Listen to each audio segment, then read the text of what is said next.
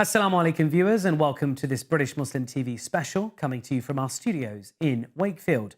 Now the Islamic Republic of Pakistan is facing an economic crisis and political disarray following a series of arrest warrants issued for the former Prime Minister Imran Khan. Now over the weekend his property was raided in Lahore, and when he attended court on Saturday in Islamabad he faced chaotic scenes at the Islamabad Judicial Complex. Well, for more on this, on the situation, Imran Khan Saab joins us now from Lahore. Assalamu alaikum, sir. Wa alaikum salam. Sir, I'd like to start by asking you, who do you deem to be in control of Pakistan at this time? Well, unfortunately, because the Pakistan democratic system is still evolving, last 60 years, half the time we were ruled by military, martial laws, and half the time by two families. So the military is quite entrenched, the military establishment. And we really have to find that balance, if we have to develop as a nation. Unless that balance exists where the elected government, which has the responsibility, also has the authority, rather than the authority lying somewhere else and the responsibility belongs to the elected government, no system can work. Even if it's a factory, even if a factory you separate responsibility and authority, it won't work. This week we saw chaotic scenes and clashes in proximity to your residence at Zaman Park in Lahore and, of course, outside the judicial complex in Islamabad. Now, Cabinet Minister Maryam Aurangzeb claims, and I quote, that you were using party workers, women and children as human shields to stoke unrest. What's your response to that? Well, first of all, this Prime Minister was about to be jailed for money laundering, and also there was a federal investigating agency which had 16 billion rupees was siphoned off by him and his sons. So he was about to be jailed when the ex-army chief imposed him on the people of Pakistan, and his brother is already convicted and sort of ran away from absconding from justice. So, this is a criminal family which, along with the Zardari family, they have been looting Pakistan for 30 years. They have corruption cases, you can write books on that. So when he says that I'm using families, what he's saying is that when he sent the police to abduct me, it was not the police never fulfilled the requirements to come and arrest me. They came to abduct me. It was an illegal arrest. I was going to, what the whole thing was about? I was supposed to appear in a court on the 18th, on Saturday, which I did appear. On the 14th, the police came to arrest me, to take me to the court, which was on the 18th. So first of all, the whole thing was illegal. There's no way legally they could have used that pretext to come and arrest me. Then they came, you have never seen such a force, thousands of policemen and rangers attacking my house from three sides. So quite clearly, people in this country do not think that the police or the government is to be trusted, because the assassination attempt on me, the government was responsible, the two Prime Minister, Interior Minister, and this man from the intelligence agency, the ISI. These three people were involved in my assassination attempt. So people know that this was not some a law they were trying to impose. They were trying to abduct me, to take me into jail, or worse, kill me. Because they are the ones who were responsible for my assassination attempt. So there's so much trust deficit with this government. That's why people came forward and protested outside my house in front of the police. Well, ultimately, there are over 80 cases filed against you at this time, from blasphemy to terrorism and murder. If you end up in prison, what next for you and your party? Look, there are close to 100 cases now. Never has this happened in our history before. And remember, this country has known me for 50 years. I've been a public face in Pakistan for 50 years. So the country knows me. They know that I have never, ever broken the law. People trust me. I'm the biggest fundraiser in this country. I've built the biggest charitable institutions, 3 hospitals and 2 universities, all for charity.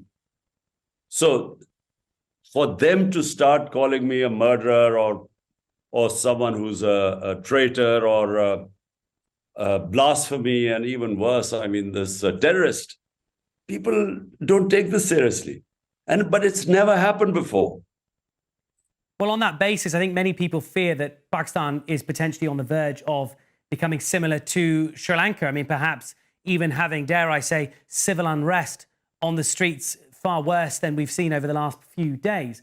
So my question is, does Pakistan's military in any shape or form have the solution, or could potentially provide the solution to stabilize the country ahead of this year's general election? Look, Pakistan is descending into a situation which I'm really fearful, because it could get much worse than Sri Lanka. We are 220 or 30 million people. Sri Lanka is just 2.5 million people, something like that. Or no, sorry, 20 million people. So 20 million people as opposed to 30 million people. If this goes wrong, it could have repercussions all around, I mean, certainly within Pakistan. And I'm afraid, military or no military, no one, if this economic chaos keeps going in the direction it is, no one will be able to pick up the pieces. So that's why we have wanted elections. All we are saying is to get out of this situation, because the government is clueless, has failed badly. No one has confidence in it, whether inside Pakistan or outside. So the only way out are free and fair elections, and get a government with public mandate, and then allow it to pick up this economy, and so that people have confidence, they can plan ahead a 5-year term. That's the only hope of getting Pakistan out of this mess. Well, who do you deem to be preventing the elections from happening in the KPK and Punjab assembly regions at this time? I mean, what's the holdup? Well, it's all the 12 parties who are in the government right now. All of them are petrified of elections, because out of the 37 by-elections we've had in the last 8 months, my party has swept 30 of them. And this is despite the establishment backing them and, all the government machinery helping them. Despite that, they've been completely rejected by the people. And that's why they are scared of going to the polls. So they are trying to stop the elections taking place. The Supreme Court has ordered the election of the 2 provinces, KP and Punjab, which is 66% of Pakistan, or 64%, on the 30th of April. But the government is trying to run away, and certainly the establishment doesn't want elections. So we really have a situation in Pakistan which is unprecedented again. You've never had this situation before. You touched upon the economics of it. It's undeniable that Pakistan's facing an economic crisis at this time. And I have the latest stats with me from Pakistan's Bureau of Statistics, reporting as of March the 1st, inflation surging to 31.5%. I mean, that's the highest since 1974. And the nation now risks defaulting on its debts. Hypothetically, sir, if you were given the keys to Prime Minister House tomorrow, now really, what would be your plan to turn around the economy? Well, just for your information, the same economic survey, when it talks about when we were in power, which is in March, and we left in April. In March, Pakistan's economic performance was the best in 17 years. It had overshot all its targets of exports, of tax collection, of industrial growth, the agricultural growth, 4.5%. I mean, every target we had excelled. In 17 years, it was Pakistan's best economic performance, when, through a conspiracy, we were deposed and these criminals were brought back. So since then, the economy has tanked. Pakistan, as you quite rightly say, faces the worst economic situation. And inflation has gone through the roof. It is not just since 74. In 75 years, currently, we have the worst inflation in our history. And, it is quite fearful, the prospects of Pakistan. Where do we go from here? So we are in a mess. And unfortunately, the government is clueless. It is completely incapable of handling the situation. And the longer we go, the worse the situation gets. Hence, I say that elections are the only solution. We're talking of elections. The biggest rival party to PTI is the Noon League, PMLN party. Now, former Prime Minister Nawaz Sharif Saab has been in London for over 3 years now. We approached the UK's Home Office for a comment as to his immigration status and as to the reason why he is legally able to stay in this country. They've refused to comment. But what interest does the UK government have in providing Nawaz Sharif and his family and affiliated members safety in this country? Well, look,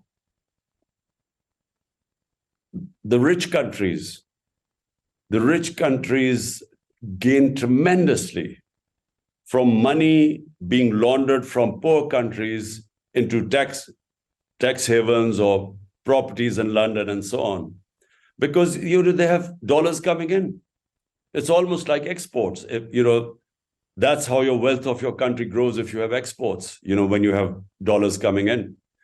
So, I mean, just imagine the amount of money plundered from the developing world by the ruling elites, which goes from the poor countries into rich countries. So London, some of the biggest crooks in Pakistan have bought properties in London, including the Sharifs, plus the Zardari family. They have millions and millions of dollars of property in London, money stolen from people of Pakistan.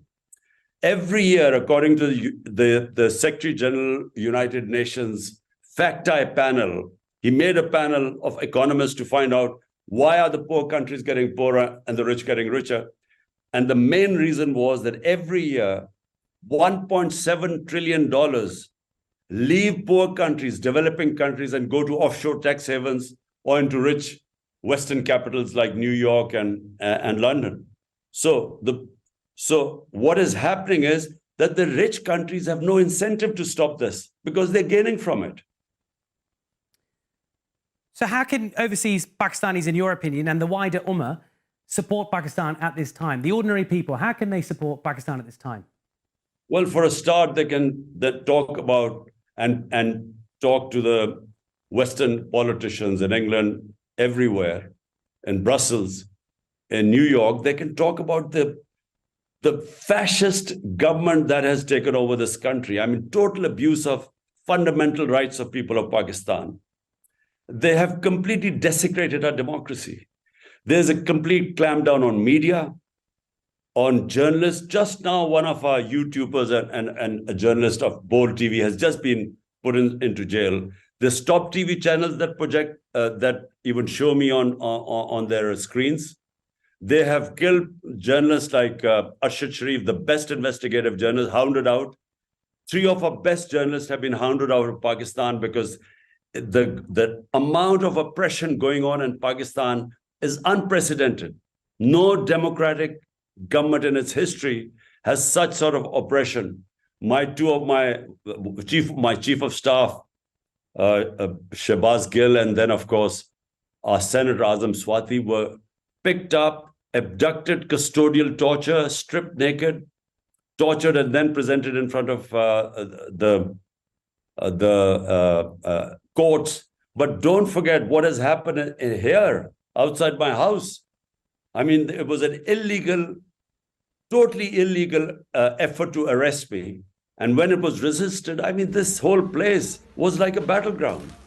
Then they broke the door of my house, came in and really stole property, things inside my house when I was away in Islamabad. So these things have never happened in this country before. We have really descended into the worst form of fascism.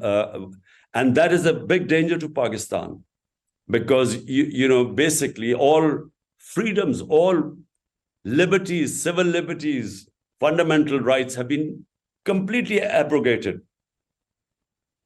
Since 2020, direct flights between Pakistan and Europe have been significantly reduced. That is primarily due to the state airline PIA having been banned. Now, PIA has passed several international safety audits since then, but many analysts, including myself, do not envisage this ban being lifted anytime soon.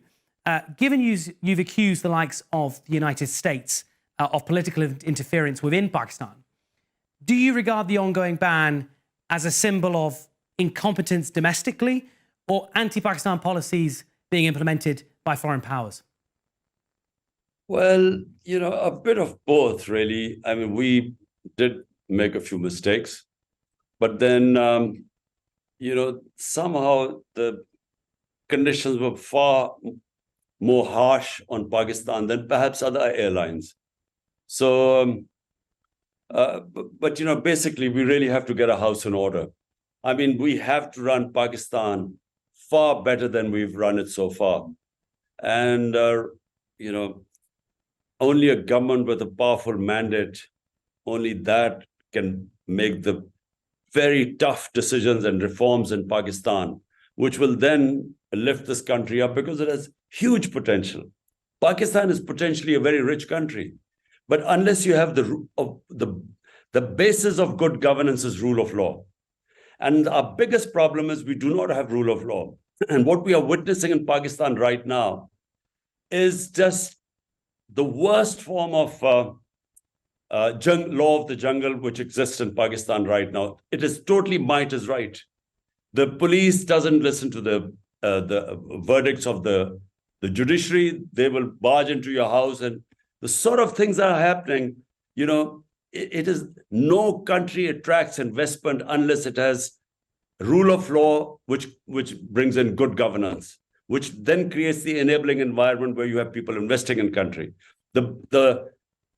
The biggest asset of Pakistan are overseas Pakistanis. Problem is we just haven't been able to fix our governance system, which is because we don't have rule of law. And then we could attract their investment. And if we could just attract the investment of overseas Pakistanis, Pakistan would not need to go beg, borrow money from anyone else. My final question to you, Sarah, is how do you envisage the time now between March and the elections on April the 30th? Surely it can't get worse than it already is. Well, on Saturday when I went for my court appearance in Islamabad, I thought that the maximum they would do is to arrest me. But when I reached that judicial complex and what I saw on the way, they had a sinister plan to kill me. And just in time, we found out, and we just got out of the complex just in time, because this government and its handlers were actually were going to kill me. They've already tried once. They tried this assassination attempt, and I was lucky to escape with just bullet injuries to my legs. But this was another attempt. But fortunately, I discovered this plot in time, and I came out, and I'm still alive. So look, they are desperate people right now. They are scared that if the elections, I would win.